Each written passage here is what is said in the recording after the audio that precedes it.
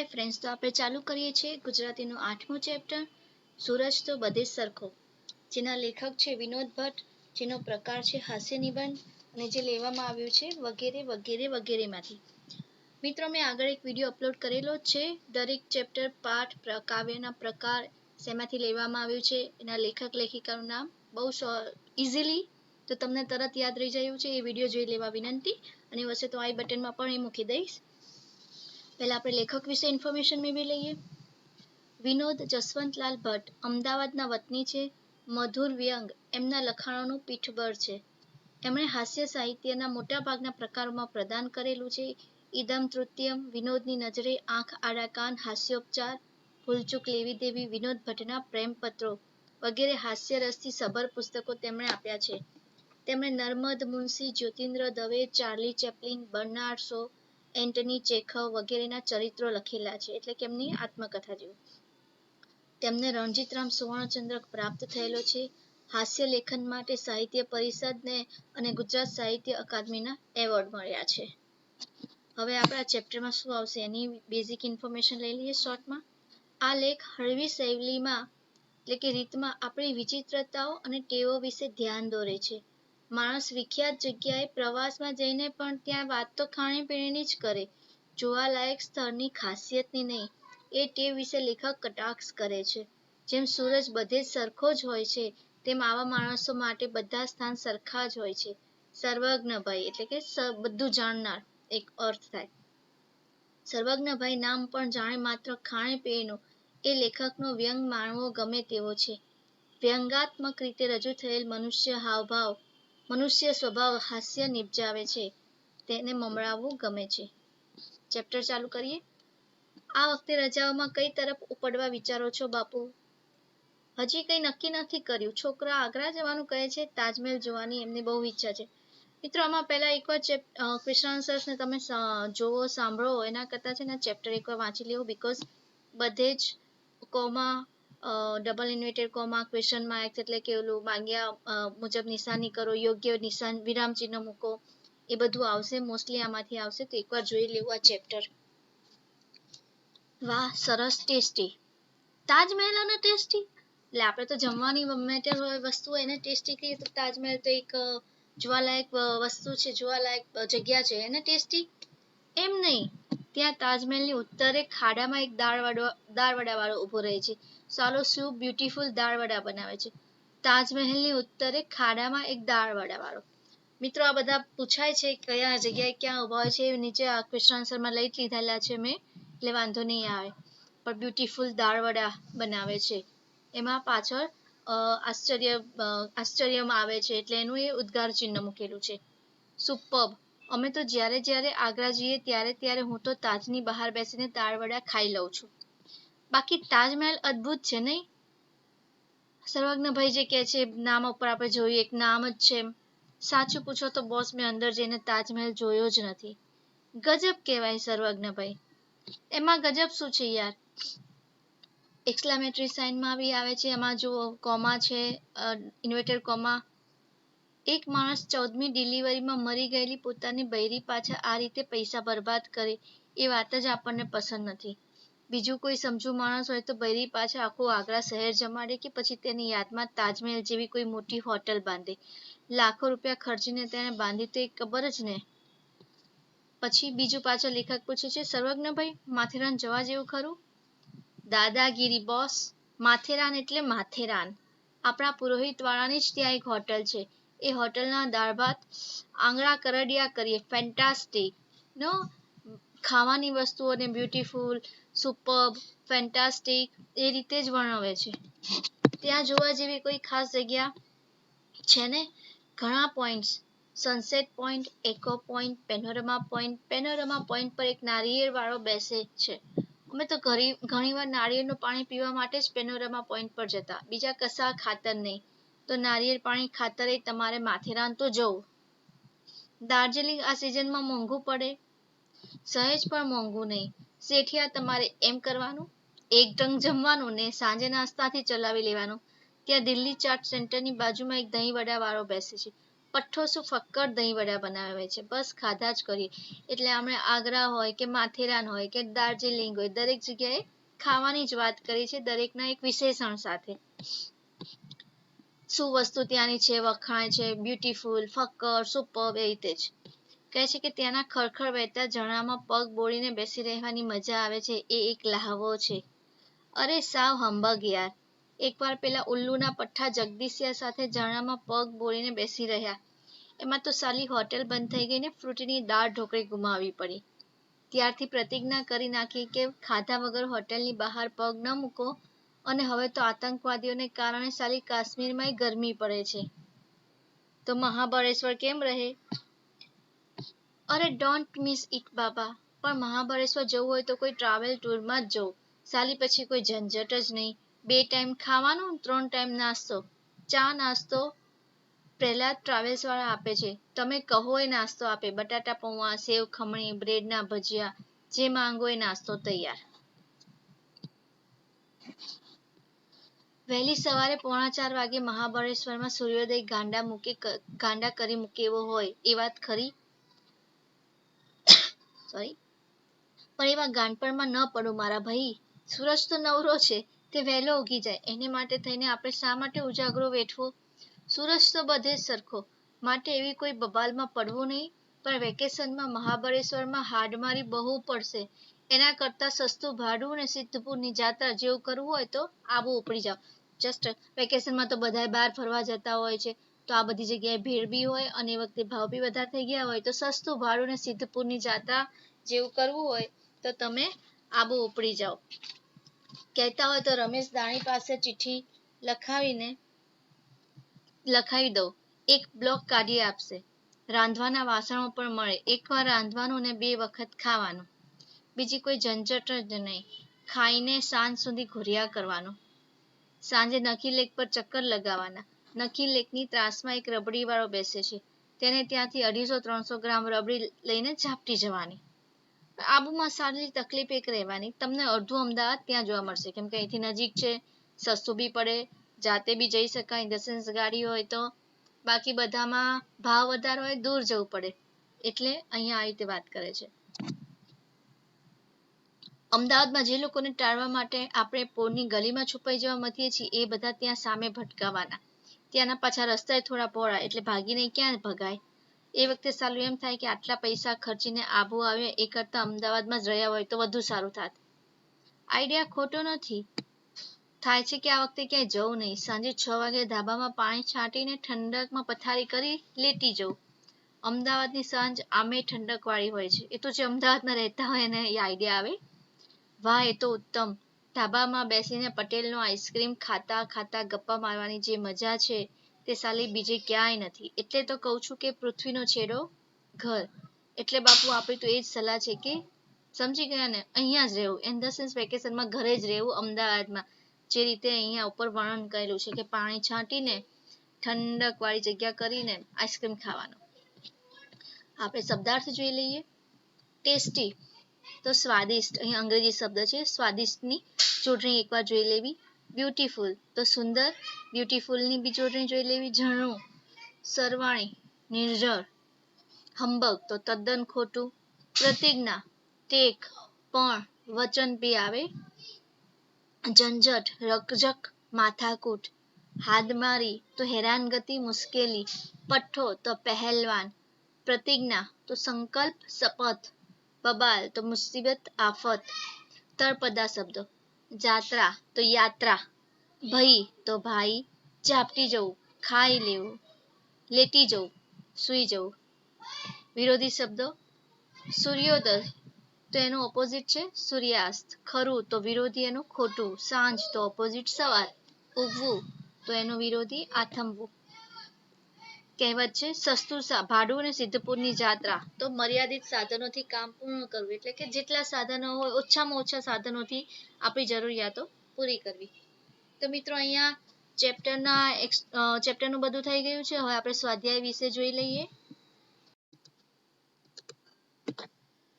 તો મિત્રો આપણે સ્વાધ્યાયના ક્વેશ્ચન આન્સર્સ અને એક્સ્ટ્રા જોઈ લઈએ. આપેલા વિકલ્પોમાંથી સાચો વિકલ્પ પસંદ કરો. પહેલું, રજાઓમાં છોકરાઓ લેખકને ક્યાં જવાનું કહે છે? જે ઓગસ્ટ 20 માં પૂછાયો હતો. અંબાજી, બ આગ્રા, ક દિલ્હી, ડ હરદ્વાર. સાચો જવાબ છે બ આગ્રા. બીજું, માથેરાનમાં સર્વજ્ઞભાઈ કયા પોઈન્ટ પર નાળિયેરનું પાણી પીતા? ઓપ્શન છે અ પેનોરમા, બ ડોનામો પૌલા, ક એકો પોઈન્ટ, ડ સનસેટ પોઈન્ટ. સાચો જવાબ છે પેનોરમા. હવે એક એક વાક્યમાં ઉત્તર લખો. સર્વજ્ઞભાઈના મતે મોંઘવારીમાં દાર્જિલિંગમાં ફરવા માટે શું કરવું? તો એનો જવાબ છે સર્વજ્ઞભાઈના મતે મોંઘવારીમાં દાર્જિલિંગમાં ફરવા માટે એક ટંક એટલે એક ટાઈમ એક જ વખત જમવાનું રાખવું. બીજું, મહાબળેશ્વર જવા માટે સર્વજ્ઞભાઈ ટ્રાવેલ્સનો કેમ આગ્રહ રાખે છે?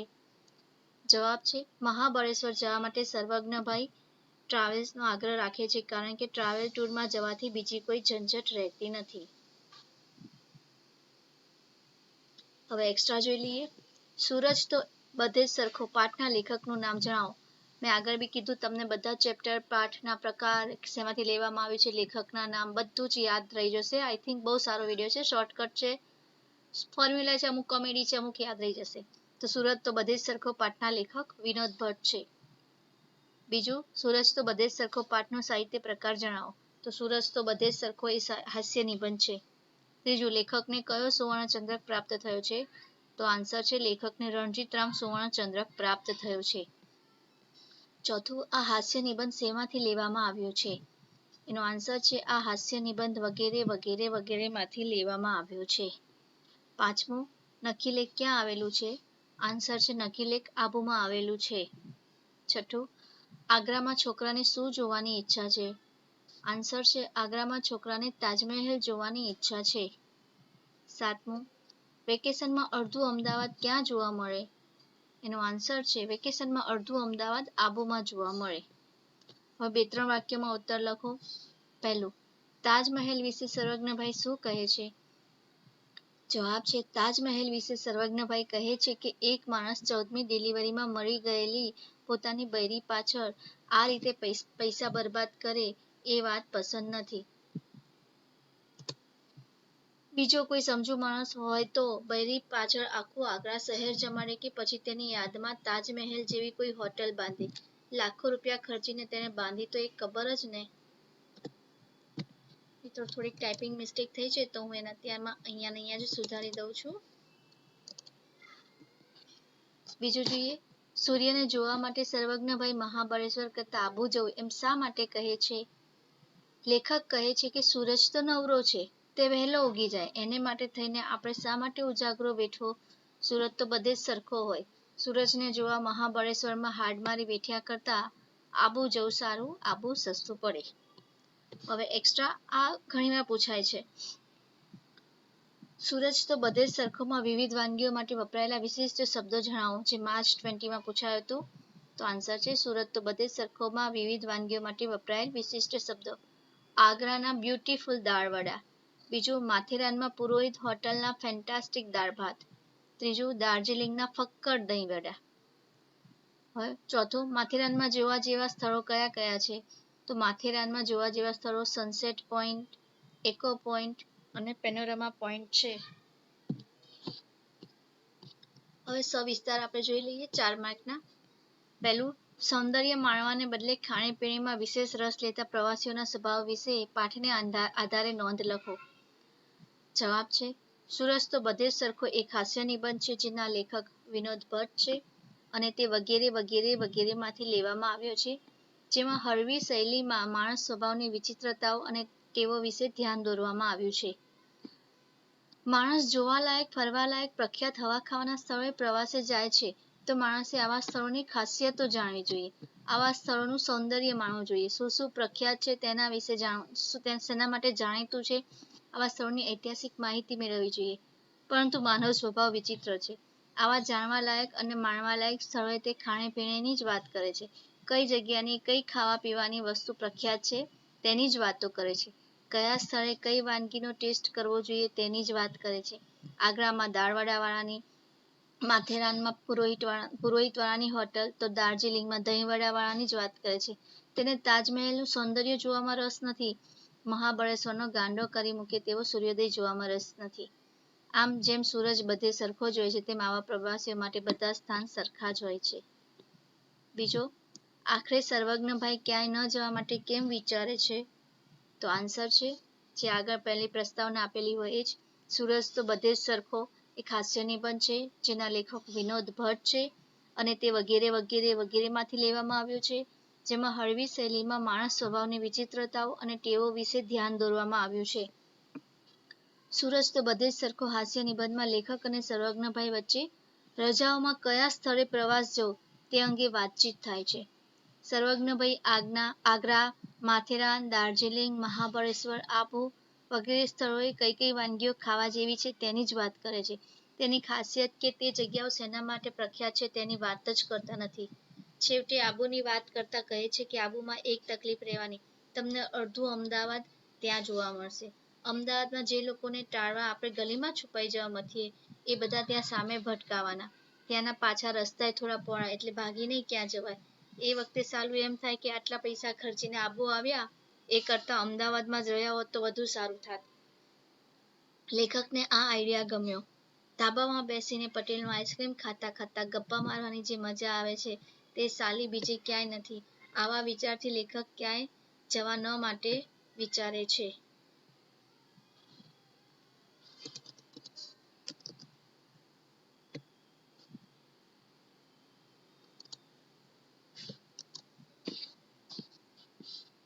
હવે વિશેષણ જોઈ લઈએ.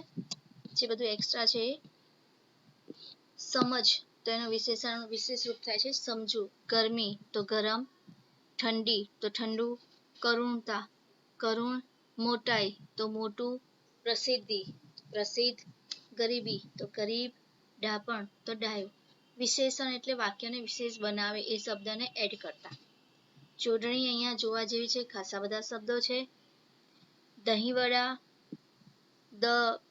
દિયાનો દ આવે, હ દીર્ઘઈ માથે ડોટ, પછી તકલીફ, સૂરજમાં દીર્ઘવ, ખાણીપીણી બધું દીર્ઘઈ, વિચિત્રતામાં બંને રસવાઈ, ઐતિહાસિકમાં બંને રસવાઈ, સ વચ્ચે લીટીવાળો બગડાવાળો, બ્યુટીફુલ, ડિલિવરીમાં બે ને રસોઈ, પહેલા ડ ને રસોઈ, લ ને રસોઈ અને ર દીર્ઘઈ, જ્યોતિન્દ્ર, દાર્જિલિંગમાં બંને રસોઈ, મહાબળેશ્વર, સૌંદર્ય, આઈડિયા છે આ, પછી ઈ અડધો નાનો ઈ, ડ ને રસોઈ, આઈસ્ક્રીમ, નારિયેળ, નાળિયેર બંને બી થાય છે પણ અહીંયા ટેક્સ્ટબુકમાં જે આપ્યું છે એ પ્રમાણે પહેલા જવાનું. તો નારિયેળ, ફેન્ટાસ્ટિક, ચિઠ્ઠી, ભજીયા.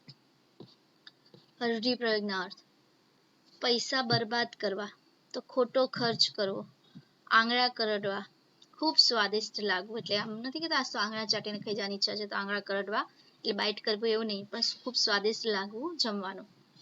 વિરોધી, સમજુ એનું વિરોધી અણસમજુ, મોંઘું તો એનું વિરોધી સસ્તું, ગાંડો તો એનો વિરોધી ડાયો, અંદર તો એનું વિરોધી બહાર, ઈચ્છા તો અને એનું વિરોધી અનિચ્છા, પાછળનો વિરોધી આગળ. હવે વિશેષણના પ્રકાર. બીજો કોઈ સમજુ માણસ હોય તો બૈરી પાછળ આખું આગ્રા શહેર જમાડે. હવે આમાં તો એક્ઝામમાં કદાચ આઈ થિંક અંડરલાઈન આપેલી હશે, ના આપેલી હોય તો તમે જોઈ લો.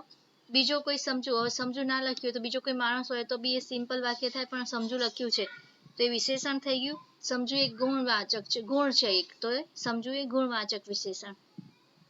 વહેલી સવારે સૂર્યોદય ગાંડા કરી મૂકે એવો હોય એ વાત કરી તો વહેલું છે એ બી ગુણવાચક વિશેષણ. એક શબ્દમાં જવાબ છે આપણે જોઈ લઈએ.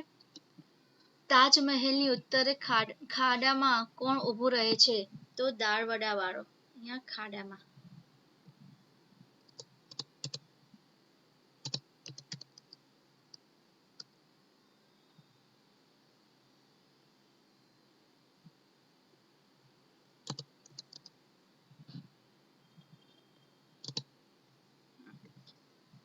એક માણસની બૈરી કેટલામી ડિલિવરીમાં મરી ગયેલી? તો 14મી. ત્રીજું, સમજુ માણસે બૈરી પાછળ કોના જેવી મોટી હોટલ બાંધી હોત? તાજમહેલ. ચોથું, પુરોહિતવાળાની એક હોટલ કયા શહેરમાં છે? તો માથેરાન. પુરોહિતવાળાની હોટલનું શું પ્રખ્યાત છે? દાળ ભાત. છઠ્ઠું, નારિયેળ પાણી પીવા માટે કયા શહેરમાં જવું જોઈએ? તો માથેરાન. રજાઓમાં કયું શહેર મોંઘું પડે? દાર્જિલિંગ.